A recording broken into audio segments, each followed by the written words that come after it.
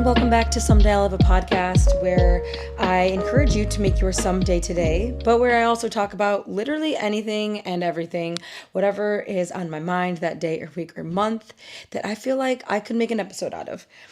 And today's might be a little bit short, but I feel like I just want to talk about this idea of child stars.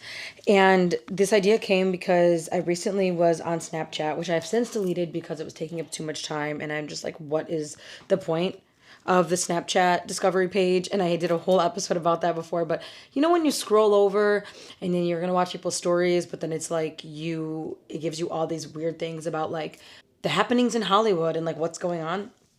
Anyway, I caught a glimpse of something about one of the Sprouse twins and just some stupid headline about where are they now or blah, blah, blah.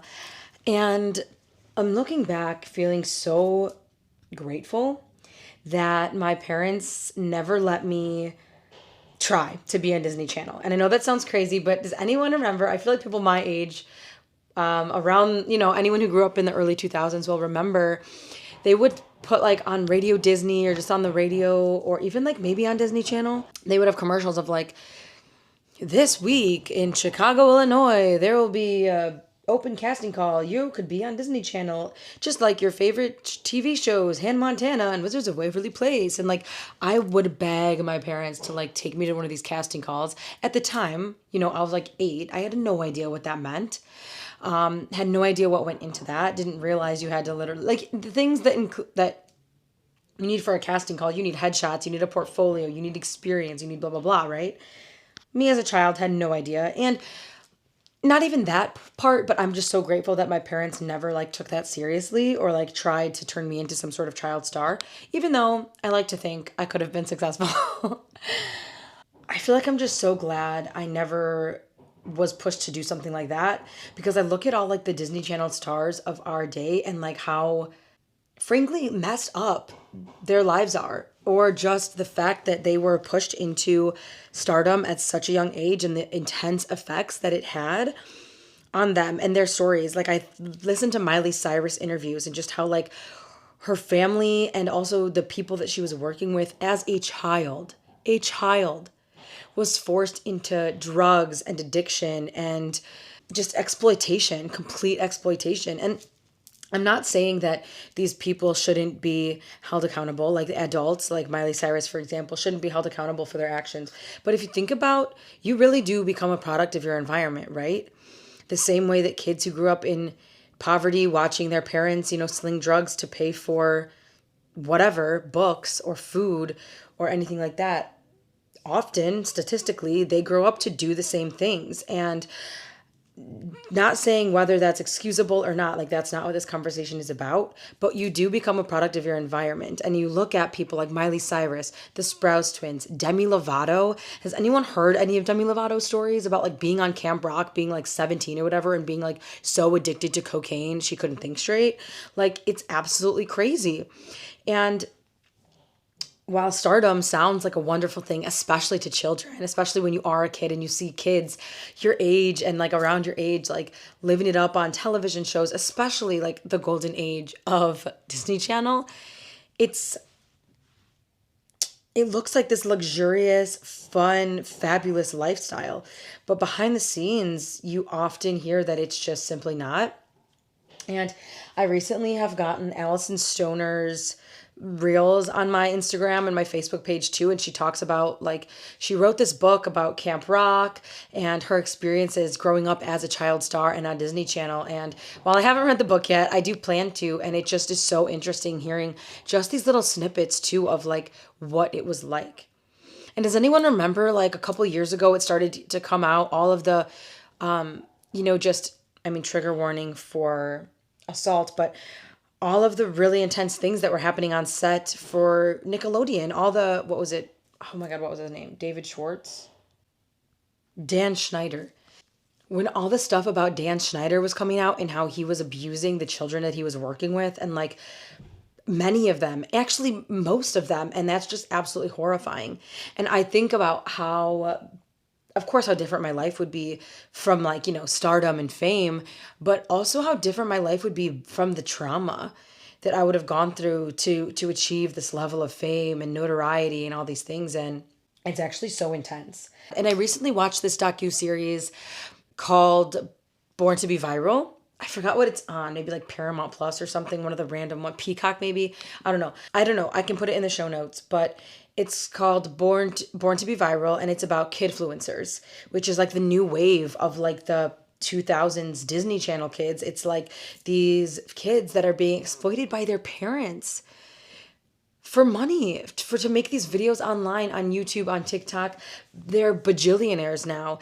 And while I don't think any of them are quite addicted to drugs yet, like they're still very young, but I'm just imagining like what other sorts of trauma is that going to create for that child. And I'm not trying to demonize this. I'm not trying to say like all child stars end up this way, or I'm doing my best not to generalize, but you do see these major success stories, and then you start to pull back the curtain and you hear them talk in interviews about their addictions, about the abuse, the trauma, the nonstop hours working as a 15-year-old. And I'm like, I could barely go to school for 7 or 8 hours, let alone I can't imagine trying to, kind of dual school, but you also get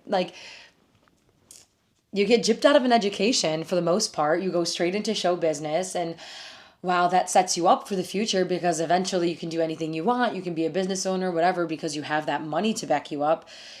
I don't know, you aren't exposed to a quote unquote normal life.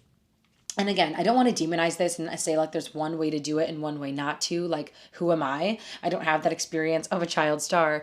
But it just actually breaks my heart a little bit about these kids. And a lot of times, either they're a nepotism child, like Miley Cyrus, for example. Her family was already famous. Her dad had that, everyone says he was a one-hit wonder, and that's true. But, he was living in Hollywood. He was having, like, his kids were automatically in the public scene, the public realm, in Hollywood, all of that sort of thing. And so it kind of like launched their careers unbeknownst to them. So whether it's nepotism or whether it's these parents that are putting their kids into show business, it's like, I don't know, either way, it feels a little bit selfish, or a little bit like there might be malintent, or might be a selfish reason. Maybe. But it's hard for me to think of like a reason that you would put your kid in the spotlight, if not for naivete or for hoping for their financial gain. Does that make sense? And that's what this influencer, like kid influencer docuseries was very interesting, because they're interviewing these parents really about, why they're doing this, kind of like what the benefits are, but then also what could potentially be the negative side, the bad outcomes. And the parents are just floating through this like, we don't know, but we're freaking rich and we make what you make. We make what someone makes in a year in 30 seconds. And it's like, wow, it's hard to believe that's anything but selfish. So all of that to say, I guess just keep that in mind when you are judging the people that are in the public eye. I think often we are really hard on celebrities because we're like, oh, well, they chose this life or whatever. And sure, to some extent, they totally do. And I'm also not saying it can excuse their behavior for being assholes or being irresponsible. But keep in mind, they are still people just with a crazy life. And some of them were forced into it at a very young age, and they don't know anything different. So again, not excusing the behavior, but just keep that in mind when we're being really harsh on these humans. Also keep that in mind when you're engaging with content that includes children, whether that be a Hollywood cinematic film or like a TikTok video, because you guys, you have to remember the motive. And also, like, what is this actually doing to the child? Did the child consent to this? What is the age of consent and in what state? Like, I don't know. It's really interesting to think about. So just be mindful when you are engaging with that kind of content. I guess that's the call to action for this show today. So anyway, as always, I'm just trying to push you to think about something in a little bit of a different light. But this is something I could talk about forever, because most parents know that they're exploiting their kids when they're doing this, whether that be for money or whatnot. I feel like usually it's money, but also fame. Like, the parents can't get fame on their own, so they're like, let me use my child for this. For people who, I don't know, definitely watch that documentary. if you have it available to you, it's called Born to Be Viral. Something about kidfluencer, I think, is in the title. But yeah, I think of Amanda Bynes too. That's like another example. She was a child when she was in these like films and TV shows and just, I don't know. There's just a lot that goes on behind the scenes that I don't think that we really consider. So I'm going to give you my song recommendation for the day. Totally switching gears here. This is the best part of the episode where I give you a song recommendation based on what I've been listening to on repeat. I feel like I often am recommending the same type of songs because, okay, here's what I'll do. I realized this year that I'm really into like sexy guitars. So that's like a lot of what's on my top songs right now. But the one that I'm going to recommend to you, it's called Love Letter by Knox.